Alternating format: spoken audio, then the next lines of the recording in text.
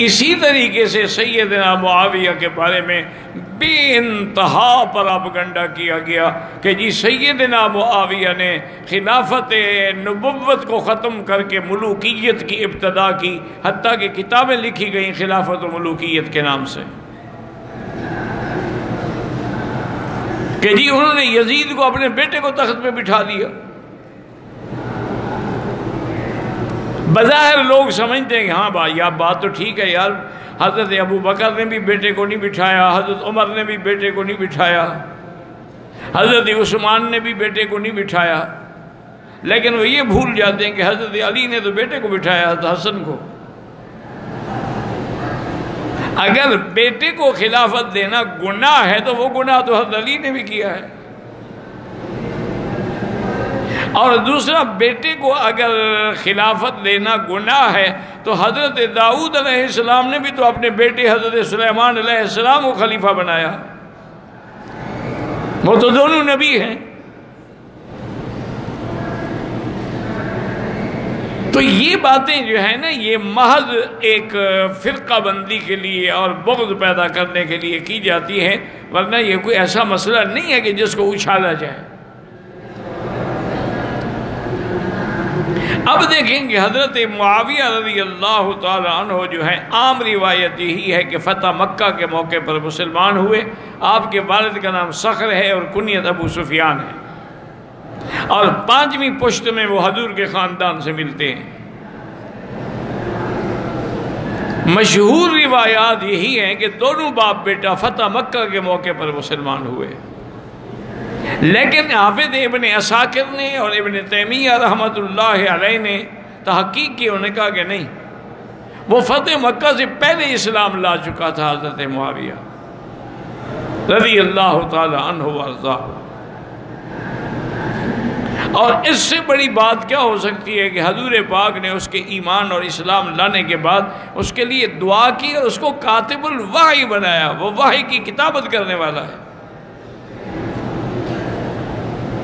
ایک روایت میں ہے کہ جبریل علیہ السلام آئے، انہوں نے کہا کہ یا محمد صلی اللہ علیہ وسلم آپ میری طرف سے معاویہ پہ سلام کہیں، اور معاویہ جو ہے امین علی الوحی، وہ اللہ کی وحی پہ امانت دیانت والا ہے اور صحیح کتابت کر رہا ہے، اور جس کے لیے حضور نے دعا کی کہ اللہم اجعلہ ہادیا، اس کو ہدایت مہدیا وہدی بھی، اس کے ذریعے اوروں کو بھی ہدایت عطا فرما۔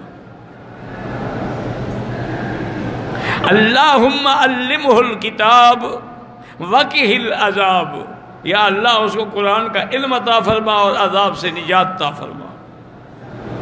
اور ایک جگہ دعا فرمائی کہ اللہم علمہ الکتاب ومکنہ فی البلاد، اللہ اس کو علم قرآن نصیب فرما اور دنیا میں حکومت و اقتدار بھی نصیب فرما۔ یعنی آپ دیکھیں کہ ایک دفعہ حضور ام حرام کے گھر میں لیٹے ہوئے تھے، آپ نیند سے بیدار ہوئے تو مسکرا رہے تھے۔ ام حرام نے پوچھا تو آپ نے فرمایا کہ میں نے خواب دیکھا ہے کہ میری امت کے کچھ لوگ ہیں یرکبون علی ثبج البحر، وہ دریاؤں پہ چڑھ کے کشتیوں پہ بیٹھ کے جنگ کر رہے ہیں، قد اوجبوا، ان کے لیے جنت واجب ہو گئی۔ اور ایک روایت میں ہے کہ آپ نے فرمایا اللہ نے ان کو اصحاب بدر کا درجہ دیا ہے۔ بی بی ام حرام نے بھی دعا کی کہ حضور دعا فرمائے اللہ مجھے بھی ان میں شامل کر دے، فرمایا انت منہم، تم بھی ان میں شامل ہوگی۔ تو سب سے پہلے بحری بیڑے بنانے والا حضرت معاویہ ہے۔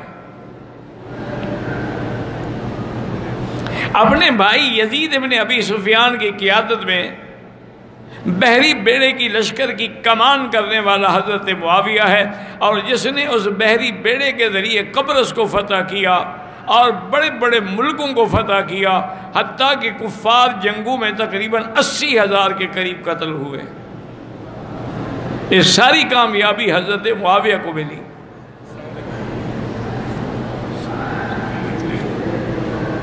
حضرت معاویہ رضی اللہ تعالی عنہ یعنی ان لوگوں میں ہیں کہ جن کی جنت کے بارے میں حضور نے فرما دیا اور حضرت معاویہ کو حضرت صدیق نے بھی گورنر رکھا، اور آپ کے بعد حضرت عمر نے بھی آپ کو دمشق شام جیسے بڑے صوبے کا گورنر رکھا، حالانکہ حضرت عمر 3 سال سے زیادہ گورنر نہیں رہنے دیتے تھے۔ یہ واحد امیر معاویہ ہیں جو تقریباً 19 سال گورنر رہے۔ آپ ہمیشہ اور حضرت عثمان نے تو آگے اردن، فلسطین اور باقی علاقہ جو تھا وہ بھی حضرت امیر معاویہ کی قیادت میں دے دیا۔ اور حضرت معاویہ کے حق پہ ہونے کی بات یہ ہے کہ حضرت حسن نے ان کے ہاتھ پہ بیعت کی اور ان کو خلیفہ مانا۔ اگر نعوذ باللہ وہ خلافت کے حقدار نہیں تھے پھر تو حضرت حسن کی بھی غلطی ہے رضی اللہ تعالی عنہ وارضاہ۔ حضرت معاویہ رضی اللہ تعالی عنہ بڑے لحیم شہیم اور بڑے خوبصورت انسان تھے، اور بڑا آپ کے چلنے میں، کھڑے ہونے میں، بیٹھنے میں آپ کا بڑا وقار اور دبدبا تھا، لیکن بڑے حوصلے والے اور حلیم تھے۔ اتنے اقتدار کے باوجود بھی پھٹے ہوئے کپڑے پہن لیتے تھے۔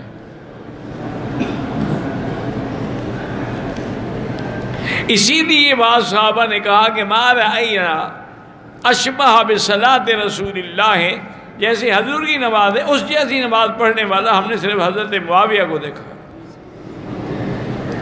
یعنی بالکل بے عین ہی اسی طرح نماز پڑھتے تھے رضی اللہ تعالی عنہ وارضاہ۔ ایک دفعہ ایک آدمی حضرت عبداللہ ابن المبارک کی خدمت میں آیا۔ عبداللہ ابن المبارک جو ہے یہ امیر المومنین فی الحدیث ہے، اور یہ استاد ہیں امام بخاری کے، اتنا بڑا آدمی ہے رحمت اللہ علیہ۔ ان کے پاس ہے، کہا کہ حضرت مجھے ایک بات بتائیں کہ عمر ابن عبدالعزیز افضل ہیں یا حضرت معاویہ افضل ہیں؟ عمر ابن عبدالعزیز جو ہیں وہ تابعین میں ہیں، لیکن تابعین میں سے اعلیٰ شان والے ہیں کہ جنہوں نے اپنے زمانے میں ایسا عدل قائم کیا کہ لوگوں نے ان کو ثانی عمر کا خطاب دیا۔ حضرت عبداللہ ابن مبارک نے جب یہ بات سنی تو انہوں نے کہا ہیہات حیات، بڑے بڑا افسوس ہے، کیا کہہ رہے ہو؟ لغبار دخل فی انف فرس معاویہ فی الجہاد مع النبی صلی اللہ علیہ وسلم افضل من عمر ابن عبدالعزیز۔ اور میں کہ حضرت ابو معاویہ نے جو گھوڑے پہ سوار ہو کے جہاد کیا، اس مٹی اڑ کے جو گھوڑے کے ناک میں میل بنی، عمر ابن عبدالعزیز تو اس میل کا مقابلہ بھی نہیں کر سکتے۔ انہو صاحب رسول اللہ صلی اللہ علیہ وسلم، عمر ابن عبدالعزیز کا بڑا مکان ہو لیکن صحابی تو نہیں ہے، حضرت معاویہ تو صحابی ہیں، تو ان کا مقابلہ کیسے کر سکتے ہیں؟ وہ صحابی رسول ہیں رضی اللہ تعالی عنہ وارضاہ۔ اسی طرح سیدنا امیر معاویہ رضی اللہ تعالی عنہ کا جو سب سے بڑا مسئلہ ہے خلافت یزید کا، اس کے بارے میں آپ بات کو سمجھیں۔ حضرت معاویہ نے سوچا کہ پہلے بھی بڑا اختلاف ہوا، جنگیں ہوئیں، نقصان ہوئے، اب میری موت کے بعد بھی ایسے حالات نہ ہو جائیں، اب میں کمزور ہو گیا، بوڑھا ہو گیا، کب تک میں زندہ رہوں گا؟ کیا میں اپنے بیٹے کو اپنی زندگی میں اپنے خلافت کے مقام پہ بٹھا دوں اور اس کے لیے بیعت لے لوں؟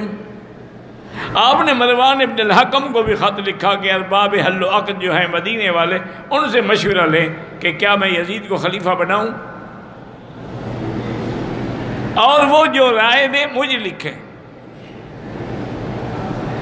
انہوں نے بھی مشورہ لیا، ان سب نے بھی یہی کہا کہ حضرت معاویہ چونکہ بہت بڑے فراست والے ہیں، سمجھنے والے ہیں معاملات کو، اگر بہتر سمجھتے ہیں تو ٹھیک ہے۔ اور جب آپ نے یزید کے لیے بیعت مانگی اور فیصلہ کیا تو اللہ سے دعا کی کہ یا اللہ اگر یہ میرا فیصلہ ٹھیک ہے، اور یزید اس کا مستحق ہے تو اس کی مدد فرما، اور اگر یہ میرا فیصلہ غلط ہے اور یزید اس کا مستحق نہیں ہے تو اس کی خلافت کبھی کامیاب نہ ہو۔ اور جس وقت حضرت معاویہ نے یزید کو خلیفہ بنایا تو یزید کے ایسے حالات نہیں تھے کہ اس کو خلافت نہ ملتی ہے، تو بعد میں بدلا ہے جب اقتدار آیا اس کے ہاتھ میں، ورنہ وہ تو جہاد میں شریک رہا، جنگوں میں شریک رہا، بڑا دین پہ چلنے والا، پابندی کرنے والا۔ یہ الگ بات ہے کہ اقتدار آنے کے بعد اس کے دماغ میں تبدیلیاں آنی شروع ہو گئیں۔ یہ کہنا ہے کہ آدمی جب اقتدار آتا ہے یا دولت آتی ہے تو پھر ایسے حالات پیدا ہو جاتے ہیں۔ بعد میں یزید کے کردار کی کوئی گواہی نہیں دیتا، بلکہ اکثر یہی کہتے ہیں کہ اس کے اخلاق اور کردار ہر لحاظ سے اسلام کے خلاف تھا،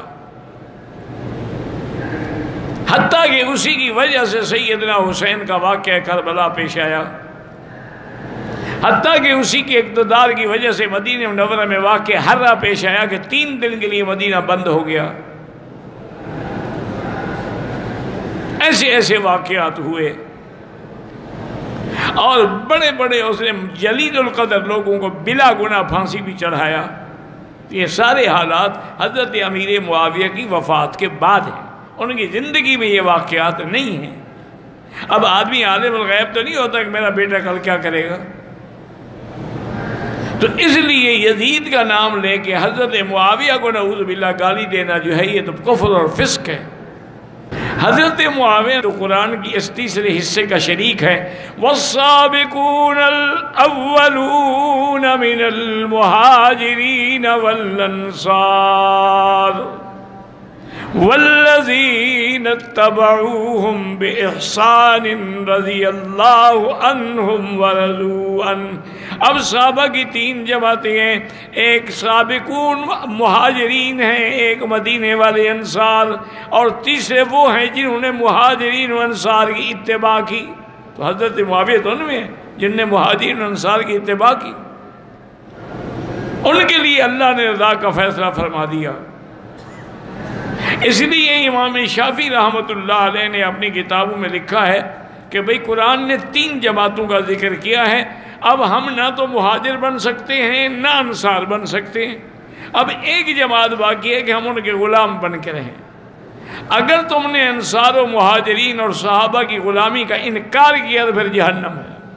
حضرت معاویہ رضی اللہ تعالیٰ عنہ 60 ہجری میں آپ تقریباً 22 رجب کو آپ فوت ہوئے، اور وہیں دمشق میں آپ کی جنازہ ہوا، اور حضرت ضحاک نے جنازہ پڑھایا اور وہیں وہ دفن کیے گئے۔